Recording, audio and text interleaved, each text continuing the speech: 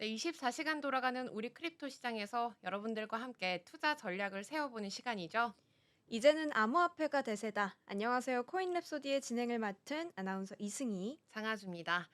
저희 또 산뜻한 목요일 아침 코인 랩소디와 함께하고 계십니다.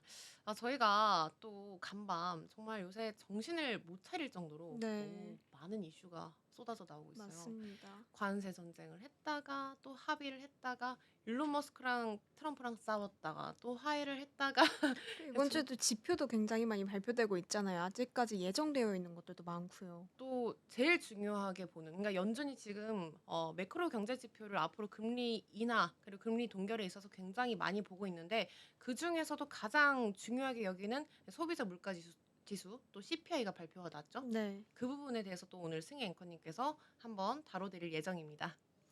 네, 해당 부분을 제가 그러면은 소개를 해드리도록 하겠습니다. 일단 간밤 뉴욕 증시부터 좀 간단하게 짚어보려고 하는데요.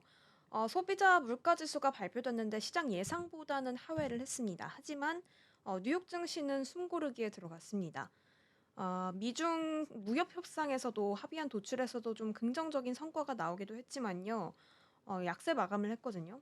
S&P 500 같은 경우도 하락 마감은 했지만 6,000선 위에서 그래도 아슬아슬하게 줄타기를 하고 있고 그래도 CPI 발표가 좀 시장에 안도감을 주고 있는 상황입니다. 시총 상위도 좀 살펴보시면 요즘 사실 1위권 자리가 치열합니다. 마이크로소프트가 다시 1위에 재탈환했고 엔비디아는 빠졌지만 지금 엔비디아가 현재 유럽 AI 확대에 나서고 있다고 합니다. 일단 간밤에 발표된 CPI부터 그런 결과를 제가 한번 브리핑을 해 보도록 하겠습니다. 사실 이 CPI 결과 발표가 네. 생각보다 낮게 나왔습니다. 예상치를 하회했잖아요. 네. 그럼 사실 시장에게는 금리 인하 가능성이 조금 더 높아지는 거니까 엄청난 좋은 일이죠. 금리는 아직까지는 좀 동결할 것이라는 입장이 좀 더 그렇죠. 우세하고 하지만 하반기에 2번 정도 인하를 하지 않을까라는 부분을 좀 추측을 하고 있다고 합니다. 사실 이 결과가 트럼프 관세 정책이 지금 생각보다 그렇게 반영되지가 않은 수치거든요. 그래서 이번 6월은 금리 동결 가능성이 거의 그냥 확실하다고 보면 되고 네. 앞으로 아마 네, 9월부터 맞습니다. 금리 인하를 올해 또 2번 하지 않을까라는 이야기가 나오고 있는데 그래서 그렇게 되면 CPI가 사실 예상치를 하회했지만 그래도 이 주가 반등에는 큰 기여를 안 한 걸로 좀 봐도 될까요? 맞습니다. 사실 미중 관세 협상까지도 성황리에 좀 마무리가 됐고 음. CPI도 결과가 이렇게 나왔으면 사실 오늘 뉴욕 증시가 굉장히 활기를 넘칠 것 같았는데 그거에 비해서는 좀 약세 마감한 모습이 나오고 음. 있거든요. 이번 CPI가 이제 그래서 전년 대비해서 2.4% 상승, 뭐 월간 대비해서는 0.1% 상승한 수치인데 이번 특히 보고서에서 눈에 띄는 점은 사실 관세의 직격탄을 맞은 부분이 자동차와 반도체 부문이잖아요. 네. 근데 자동차가 생각보다 오르지 않았고 오히려 하락을 했습니다. 음. 신차 가격은 0.3% 하락, 그리고 중고차 및 트럭 가격도 0.5% 하락하면서 오히려 이 자동차 부분에 대한 가격 인상이 소비자 물가를 더 끌어올릴 것으로 예상이 됐는데 지금 오히려 자동차가 물가를 끌어내리는 데 좀 일조를 한 상황입니다. 자동차를 비롯한 의류 가격도 오르지 않았고요. 가전과 오디오 장비 쪽의 가격은 일부 상승한 결과가 나왔습니다. 이 발표를 두고 많은 전문가들과 분석가들이 평가를 하고 있는 부분이 있는데요. 네. 일단은 관세로 인한 물가 전이는 거의 미미한 수준이고 생각보다 이 자동차 가격의 하락이 시장 지표를 좀 부드럽게 만드는 데 일조했다. 음. 하지만 너무 안심해서는 안 된다. 지금 기업들이 그나마 관세에 대비해서 재고를 확보하고 있고 또 소비자도 그냥 좀 심리적으로 뭔가 돈을 쓰는데 위축됐기 때문에 반영이 안 된 것뿐이지 이 관세가 본격적으로 적용이 되면은 음. 물가가 폭발할 수도 있고 이 부분은 계속 좀 지켜봐야 한다. 또 기업들이 10%에서 15% 가격 인상을 감행하면은 결국 이게 다 소비자에게 전가가 되는 거잖아요. 사실 5월 CPI가 예상치랑 부합을 했다면 어떻게 보면은 '관세 충격이 소비자 가격에 본격으로 반영을 할 수 있다. 반영된 거다.'라고 시장이 전망을 했었는데 이번에 또 시장의 예상치보다 하회하는 결과가 나오면서 아직까지 관세 충격이 소비자 물가에는 큰 영향을 안 네. 미쳤다고 볼 수가 있죠. 네네. 그렇게 음. 결론을 지을 수가 있고요. 아직은 소비자 심리가 좀 위축이 된 상황인 거죠. 사실 그 CPI도 세부 사항 데이터를 이번에 안 봤었는데 또 앵커님께서 말씀해 주시니까 자동차 부분이 또 그렇게 네. 됐었구나 싶기도 하고. 오히려 부품 쪽은 그래도 가격이 인상됐다고 하는데 이 음. 자동차 그냥 전체 이 신차와 관련해서는 가격 인상이 되지 않았다고 합니다. 네. 전문가들은 그래도 이제 하반기에는 물가 상승의 위험이 많다 해서 좀 장기적으로 인플레이션. 봐야 한다라는 좀 입장이 나오고 있는 것 음. 같고요. 그래서 올해 말에는 우리가 어디에 도달할지 아무도 모른다. 이런 좀 의미심장한 말들을 남기기도 했습니다. 그쵸. 앞으로 몇 달간 인플레이션 상승 압력도 지속될 것이고 지금 또 인플레이션 영향을 주는 부분이 관세뿐만 아니라 지금 트럼프 행정부 이민 정책도 리스크로 좀 꼽고 있습니다. 그렇죠.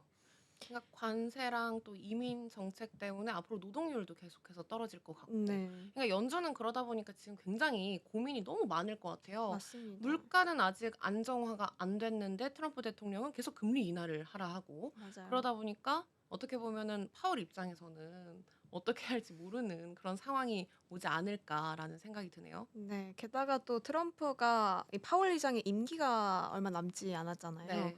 금리 인하를 서두르지 않으면 이 차기 연준 의장을 음. 정하겠다라는 발언까지 내세우면서 베선트 재무장관이 지금 유력 후보로 뽑혔는데 이 네. 부분에 대해서는 일단 부인하고 있긴 합니다. 음. 그런 식으로 1% 정도 떨어뜨려야 이 경제 주체들이 더 활발하게 할 수 있다. 이런 입장을 좀 세우고 있고요. 사실 파월 의장이 나가면 아무래도 시장에서는 그동안 좀 시장에 대해서 파월 의장이 매파적으로 행동을 하다 네. 보니까 약간 반등할 수 있는 여지가 있지 않을까라는 생각이 드는데 그래도 그렇게 트럼프 대통령이 정치권으로 뭔가 연방준비위원회가 어떻게 보면 독립적인 기관인데 네. 그 부분에 있어서 관여를 하게 된다면 그쵸. 시장에서도 우려감이나 그런 게 생길 수도 있는 부분인 거잖아요. 네. 맞습니다. 그래서 일단은 뭐 트럼프는 그렇게 계속 압박을 넣고 있기는 하지만 말씀해 주신 대로 6월까지는 금리 동결 입장을 좀 유지할 것으로 보이는 상황이고 빠르면 9월 이 음. 정도 좀 인하를 시행을 하지 않을까? 네. 하지만 지금까지는 또 트럼프의 관세 정책도 아직 영향을 미치지 않았기 때문에 관망적인 기조가 계속 나오고 있는 상황입니다. 그리고 이렇게 CPI를 좀 발표가 나온 것을 좀 마무리하고요. 제가 네. 또 가져온 이슈가 하나 있는데 좋습니다. 바로 이 M7을 담은 ETF가 지금 굉장히 반등을 하고 있다고 합니다. 그렇더라고요. 네.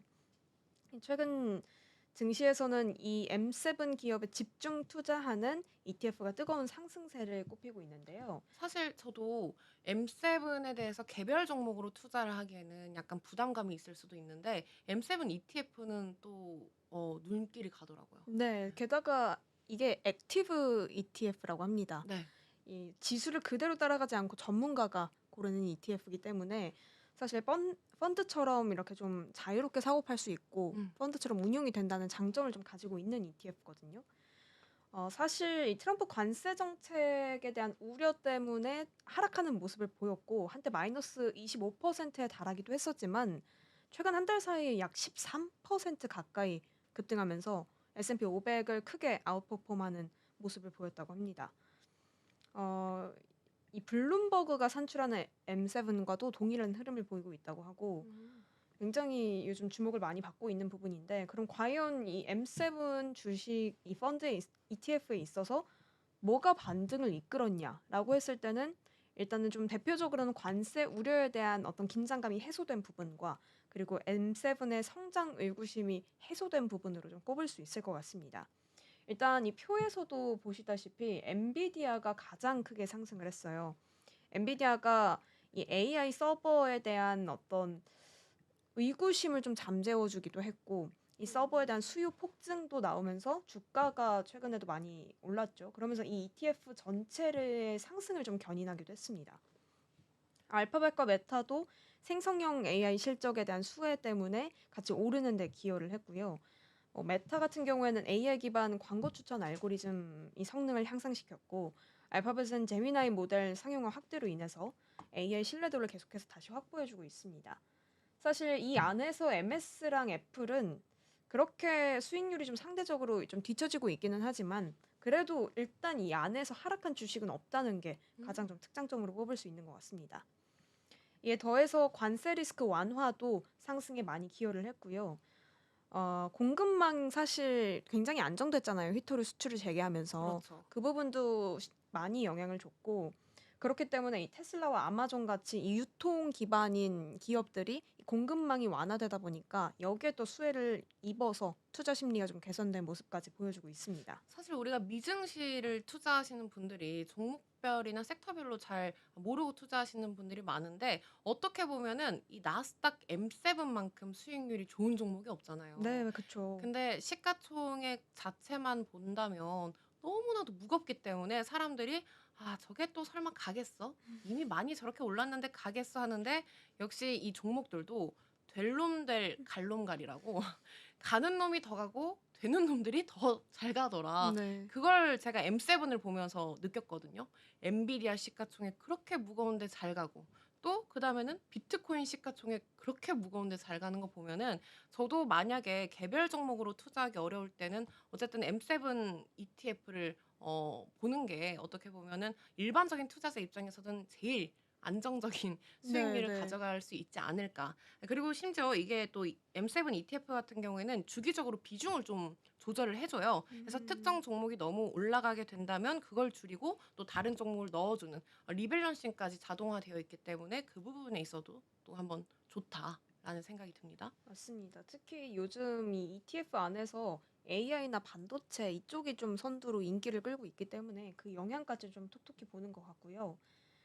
그래서 이런 상황을 보고 지금 시장에서는 이 삼각 트리거가 만든 랠리다. 이렇게 좀 정리를 해볼 수 있을 것 같습니다. 오. 실적과 그리고 AI에 대한 기대감 상승, 그리고 정치 리스크까지 좀 해소되니까 이 부분이 좀 상승을 견인했다라고 좀 결론을 내릴 수 있을 것 같아요. 이 M7 관련 ETF 구성 종목은 1분기 이익 성장률만 27%가 나왔다고 하고요. 뭐 S&P 500 평균 3배를 웃도는 실적을 기록을 한 상황입니다. 그래서 S&P 500보다 더 공격적이지만 방향성은 비슷한 그런 전략형 ETF로 계속 주목을 받고 있는 상황인데 일단은 AI 버블 논란도 아직 음. 삭혀지진 않았잖아요. 그리고 네. 또 물가에 대한 부분, 그리고 연준의 통화 정책도 어떻게 될지 모르고 아직까지는 시장을 좀 흔들 수 있는 어떤 그런 요소들이 남아 있기 때문에 지금 급등했지만 이게 단기 급등 이후 또 조정이 들어갈 수 있는 부분 그런 것까지 좀 그렇죠. 고려를 해보시면서 살펴보시면 좋을 것 같습니다.